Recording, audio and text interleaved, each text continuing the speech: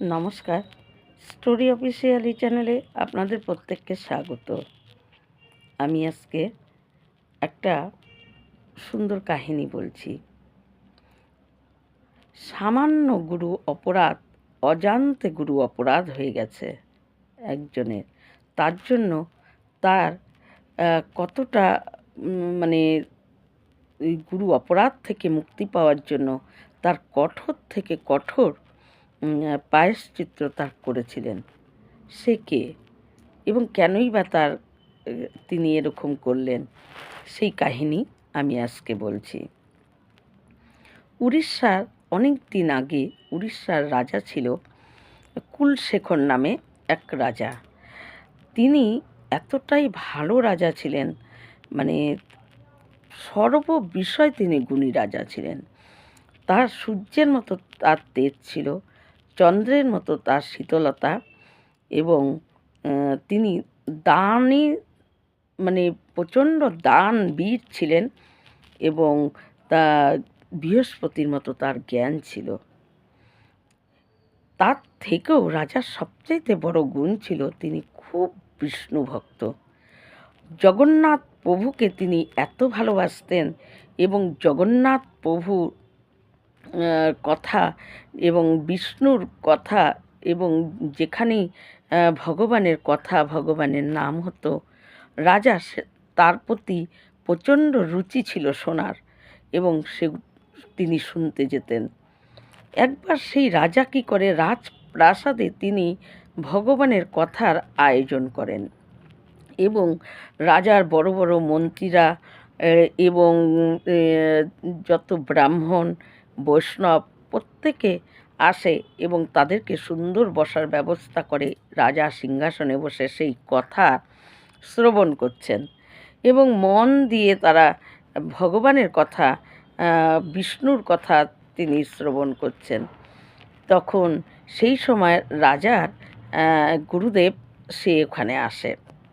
রাজা গুরুদেবকে দেখা মাত্র সঙ্গে সঙ্গে তিনি দাঁড়িয়ে পড়েন, এবং গুরুদেবকে সাষ্টাঙ্গে প্রণাম করে এবং গুরুদেবের চরণ ধুইয়ে দিয়ে গুরুদেবকে তার যোগ্য অনুযায়ী আসনে গুরুদেবকে বসতে দেয়। তারপর গুরুদেব যখন রাজাকে বসার জন্য আদেশ করে, রাজা তখন আবার বসে। এইভাবেই গুরুদেব এবং সবাই ব্রাহ্মণ বৈষ্ণব তারা প্রত্যেকে ভগবানের নাম গুণগান তারা শুনছে। কিন্তু সেই সময় রাজার মাথার উপর দিয়ে একটা মাছি সে বারবার ঘুরে যাচ্ছে। রাজার এটা অসুবিধা হচ্ছে, কারণ মাছিটা বারবার চোখের সামনে দিয়ে, মাথার সামনে দিয়ে, কপালের সামনে দিয়ে ঘুরেই যাচ্ছে। রাজা যখন মাছিটাকে তাড়ানোর জন্য তার হাত দিয়ে কপালে এরকম করে, এবং তখন গুরুদেব দেখে যে রাজার মাথার থেকে কিছু ধুলো ঝরে পড়ল। এই দেখে গুরুদেবের খুব রাগ হয় ভিতরে ভিতরে। গুরুদেব কোনো কিছু প্রকাশ করে না, কিন্তু গুরুদেবের মুখ দেখে মনে হচ্ছে গুরুদেব যেন মানে অপ্রসন্ন হয়ে আছে। এটার পর তখন রাজা, বিচক্ষণ রাজা, তিনি পণ্ডিত, তখন রাজা বলে যে গুরুদেব, আপনার কি হয়েছে? আপনাকে দেখে মনে হচ্ছে কোনো অপরাধ হয়ে গেছে, তাই আমার দ্বারাই যদি কোনো কিছু অপরাধ হয়ে থাকে আপনি দয়া করে আমাকে বলুন, এবং আমি শুনতে চাই কি অপরাধ হয়েছে। তখন রাজা আর গুরুদেব ওই যেখানে ভগবানের নাম হচ্ছিল সেখান থেকে একটু বাইরে এসে গুরুদেব রাজাকে বলে যে তুমি আমাকে দণ্ডবৎ প্রণাম করেছিলে, তাই তোমার কপালে যে আমার চরণ ধুলা লেগেছিল, সেই চরণ ধুলা তুমি ইচ্ছাকৃতভাবে হাত দিয়ে ঝেড়ে ফেলেছ। এর জন্য তোমার জন্মান্তরের যত পাপ, যত দোষ, সমস্ত কিছু তোমার মধ্যে আবার চলে আসলো। এই কথা শোনা মাত্র রাজা নিজে একদম পাথরের মতন হয়ে যায়। রাজার বাক শক্তি হারিয়ে ফেলে। রাজা কোনো কথা বলতে পারে না। রাজা একদম স্তম্ভের মতন দাঁড়িয়ে আছে, মনে হচ্ছে যেন আকাশ ভেঙে তার মাথায় পড়েছে। রাজা তখন যখন রাজা আস্তে আস্তে আবার নিজে স্বাভাবিক হয়, তখন রাজা দেখে যে গুরুদেব হেঁটে হেঁটে অনেকটা দূরে চলে যাচ্ছে। রাজা তখন আবার ভিতরে গিয়ে ওখানে ব্রাহ্মণ বৈষ্ণব তারা ছিল। রাজা তখন বলে যে আপনারা পুঁথি দেখেন এবং পুঁথি দেখে বলেন যে গুরু অপরাধ হলে তার থেকে মুক্তি পাওয়ার কি উপায় আছে, কি করলে মুক্তি পাওয়া যায়।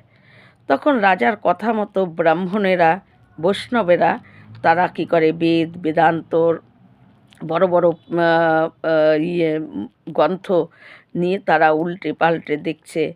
দেখতে দেখতে ব্রাহ্মণেরা দেখে যে এক জায়গায় আছে যে গুরু অপরাধ থেকে মুক্তি কি করে পাওয়া যায়। তখন দেখে যে ব্রাহ্মণেরা যে সেখানে লেখা আছে, যদি একটা 12 ফুট চওড়া লম্বা একটা মানে তামার প্লেট বানানো যায় এবং সেটাকে 4টা স্তম্ভের মধ্যে রেখে নিচে দাউ দাউ করে আগুন জ্বালিয়ে এবং সেটা যখন লাল হয়ে যাবে আগুনের তাতে, তখন তার মধ্যে উঠে যদি 108 বার দণ্ডবত প্রণাম করে তাহলে গুরু অপরাধ থেকে সে মুক্তি পেয়ে যায়, তার আর গুরু অপরাধ থাকে না।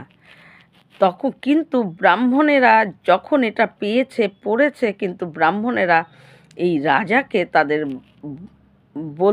বলছে না, কারণ ব্রাহ্মণেরা জানে যে এত ভালো রাজা এবং সে জেনে বুঝে কোনো অপরাধ করতেই পারে না। তাই রাজা জেনে বুঝে কোনো অপরাধ করবে না, কিন্তু রাজাকে যদি আমরা গুরু অপরাধের প্রায়শ্চিত্ত এটা বলি, কিন্তু রাজা হাসি মুখে সেটা পালন করতে চলে যাবে। কিন্তু এটা যদি কেউ পালন করতে যায় তার মৃত্যু নিশ্চিত, কারণ ওই রকম গরম জায়গায় কেউ 108 বার দণ্ডবত করা এটা কারো পক্ষেই সম্ভব না। তাই রাজাকে ব্রাহ্মণেরা বলছে না, চুপ করে আছে। কিন্তু রাজা বারবার ব্রাহ্মণদেরকে বলছে, আরে তোমরা খুঁজে পেলে না, বলো গুরু অপরাধ থেকে মুক্তি কি করলে পাওয়া যায়। তখন রাজা যখন বারবার বলছে তখন ব্রাহ্মণেরা বলে যে রাজামশাই আমরা পেয়েছি এবং সেটা আপনাকে বলছি, কিন্তু আপনি কোনো জেনে বুঝে অপরাধ করেননি, তাই এটা আপনি পালন করবেন না। এইটা আমরা বলছি আপনার এটা পালন করার কোনো দরকার নেই, কিন্তু আপনি বারবার জানতে চাচ্ছেন তাই আমরা আপনাকে বলছি। যদি কারো দ্বারায় গুরু অপরাধ হয়ে যায় তাহলে যদি 12 ফুট চওড়া লম্বা একটা তামার প্লেটে 4টা স্তম্ভের মধ্যে রেখে নিচে আগুন ধরিয়ে সেটাকে লাল টকটকা করে এবং তার উপরে যদি 108 বার দণ্ডবত প্রণাম করা যায় তাহলে তার গুরু অপরাধ থেকে সে মুক্তি পেয়ে যায়। কিন্তু আপনি এটা করবেন না, কারণ আপনি জেনে বুঝে কোনো অপরাধ করেননি। কিন্তু রাজা এই কথা শুনে রাজা খুব খুশি যে গুরুর অপরাধ থেকে আজকে আমি মুক্তি পাওয়ার একটা উপায় পেয়েছি।